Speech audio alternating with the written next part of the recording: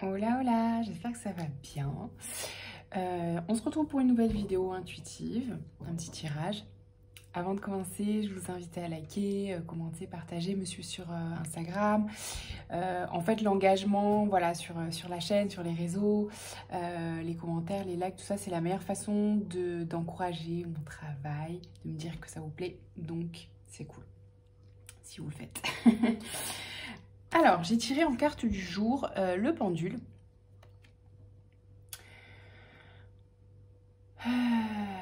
Ça me parle un peu d'un moment de recherche. On recherche à écouter encore plus ou davantage notre intuition. Et il y a aussi ce truc de peut-être je me cherche ou je cherche à redéfinir une direction ou qui je suis ou ce que je veux, etc. Il y a un peu cette notion. Voilà, il y a un peu cette notion. Je me cherche et je me redéfinis ou je me définis. Voilà, en fonction de quoi, de qui, des nouveaux paramètres peut-être de ma vie, etc. Ensuite, j'ai tiré avec le tarot, l'Everyday Tarot. La reine d'épée, le valet de coupe et le 10 de coupe. Donc là, les cocos, j'ai l'impression que ça pourrait parler de rencontres. De rencontres, peut-être sentimentales. En fait, la reine d'épée, donc déjà, la reine d'épée, c'est un peu quelqu'un qui tranche, qui est franche. Et en fait, c'est comme si, après, avec cette énergie de pendule, là, c'est comme si le pendule, il s'était arrêté et que on décidait de se dire, voilà... ok, bah en fait, je suis comme ça parce que je choisis d'être cette personne-là, parce que c'est ce qui me va aujourd'hui. Et du coup, elle tranche. En fait, la reine d'épée, elle tranche. Elle tranche, elle dit, ok, j'arrête de peut-être me mentir en voulant être un peu ça, un peu ça, un peu ça aussi, un peu ça. Ça veut pas dire qu'on peut pas être plusieurs choses à la fois, hein, mais il y a un peu ce truc-là. Et je tranche. Et ensuite, du coup, avec le valet de coupe, c'est une carte qui peut annoncer du renouveau sur le plan des émotions et des sentiments.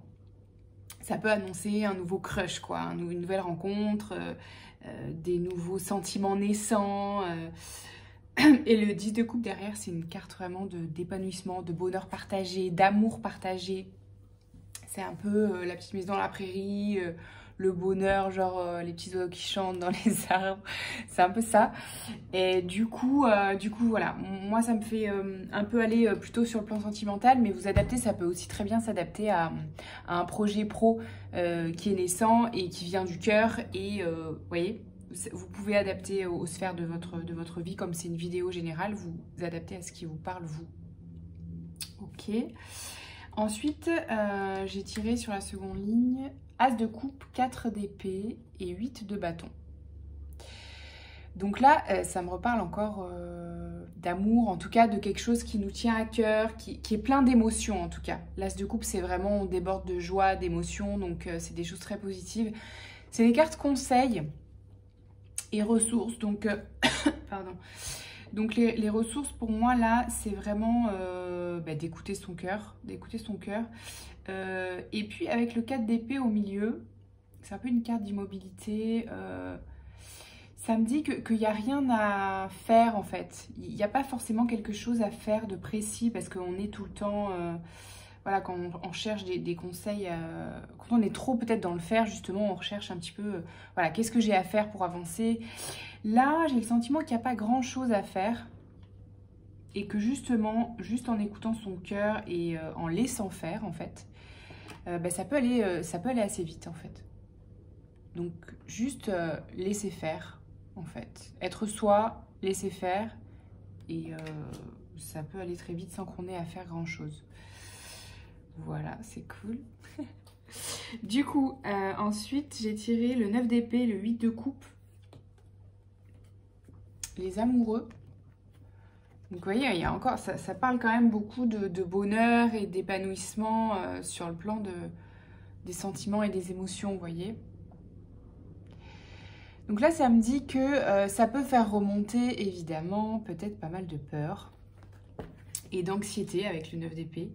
Peut-être par rapport à des schémas passés, hein, des relations peut-être douloureuses par le passé. Mais encore une fois, ce sont que des mémoires de peur. C'est pas forcément des choses dont on doit se méfier en fait. Parce que c'est quelque chose qui est plutôt mentalisé en fait. C'est un peu une suranalyse. Donc il peut y avoir ça aussi dans le fait de... si vous êtes dans le fait de redéfinir votre relation, si vous êtes en couple ou de chercher à rencontrer, il y a peut-être ce truc de, par peur de reproduire les mêmes schémas, d'être dans la suranalyse et dans le contrôle alors qu'il n'y a pas besoin. C'est un peu ça aussi, le 9 d'épée. Parce que, et le 8 de coupe, c'est voilà, c'est ok, on peut en fait lâcher, laisser en fait derrière soi ce qui est derrière, parce que ça n'a plus lieu d'être et ça n'a plus lieu non plus de nous alerter ou de nous tenir en alerte ou de nous freiner en fait. En suranalysant ou en mentalisant, ça n'a plus lieu, c'est plus là et c'est transformé et on a appris de ça en fait. Du coup, on peut aller de l'avant sans peur, en fait.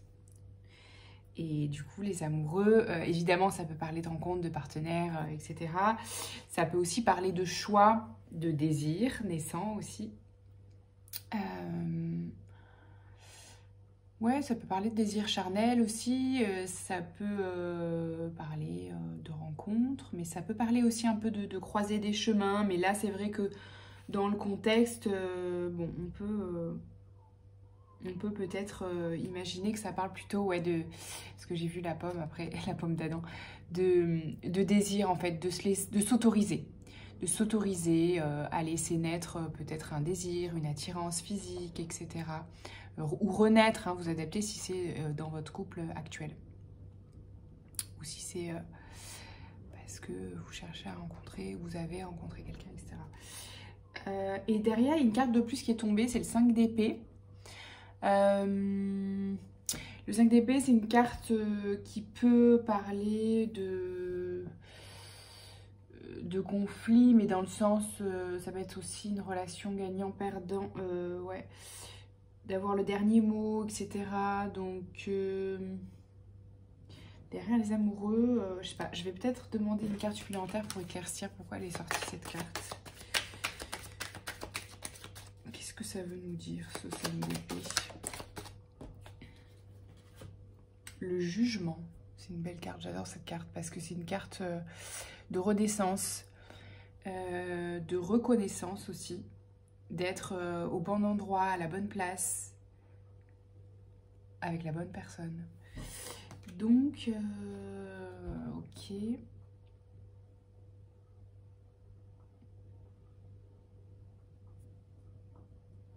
Il y a peut-être un truc de se dire... le 5 d'épée, c'est peut-être juste ce truc de se dire... je ressens comme un truc qui dit... je vais y arriver. Hein. Vous me direz si ça vous parle. Genre, c'est bon, j'ai choisi, je sais ce que je veux, je sais qui je suis et je vais pas me laisser...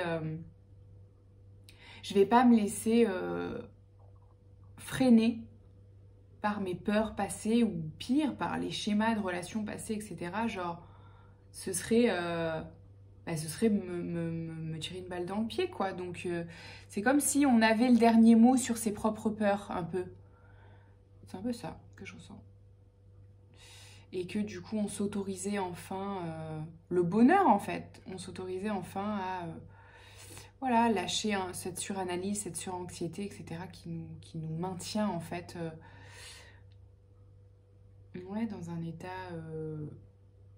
d'anxiété, de peur, en fait, qui nous empêche de profiter pleinement de ce qui pourrait se présenter. Genre sans stress, juste, c'est super beau. Ok. Est-ce qu'on a d'autres petites choses? Justement, est-ce qu'il y a encore des résistances qu'il faudrait... Attends, ok, bon. Alors, 3 cartes. You are rare and free. There are not many like you. Ouais, peut-être on pourrait douter du fait encore d'être unique, d'être libre en fait, de se sentir libre. Pourquoi il y a des petites choses sur lesquelles on ne se sent pas encore libre ou unique. Voilà, qu'est-ce qui fait en fait, les questions à se poser, c'est qu'est-ce qui fait qu'aujourd'hui on ne se sent pas libre et unique, libre d'être soi peut-être. You can go back to yesterday, be in the present. Ouais. Donc ça rejoint un petit peu ce que j'ai senti sur les cartes.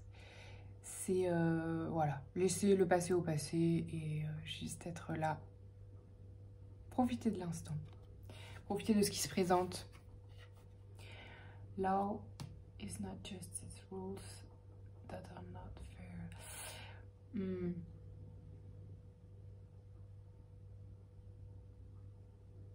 Ça me dit un peu, cherchez pas à faire justice vous-même par rapport à ce que vous avez peut-être vécu, quel que soit le plan, hein, quelle que soit la sphère de vie. Cherchez pas à vous faire justice vous-même parce que souvent quand on fait ça, ça dépend le contexte, mais c'est un peu ce que je ressens là. Souvent quand on essaye de faire justice soi-même, ça se retourne un peu contre nous alors que la vie à un moment donné nous rend justice si on lâche prise. Parce qu'il peut y avoir des blessures d'injustice, etc. Et en fait, la seule ressource quand on vit la blessure d'injustice, c'est d'accepter que ce soit injuste. Parce qu'ensuite, la vie se charge de nous faire justice, en fait. C'est un peu ça que je ressens. Ça, et un autre message aussi quand même, pas forcément paradoxal, mais peut-être complémentaire, c'est que à la fois, il y a ce truc de, si vous êtes quelqu'un qui suit beaucoup les règles et le système, et pas forcément juste, hein. Du coup, c'est un peu une carte aussi qui peut dire, ben, n'ayez pas peur d'être rebelle, mais rebelle de façon intelligente. C'est-à-dire jouer plutôt des règles. Jouer plutôt des règles et du système plutôt que d'être dans la confrontation ou la rébellion militante. Vous voyez un peu ce que je veux dire? Je sais pas si ça peut vous parler. Voilà. Ok. Allez, une dernière petite question. Ça fait longtemps que je n'ai pas utilisé les questions de choix.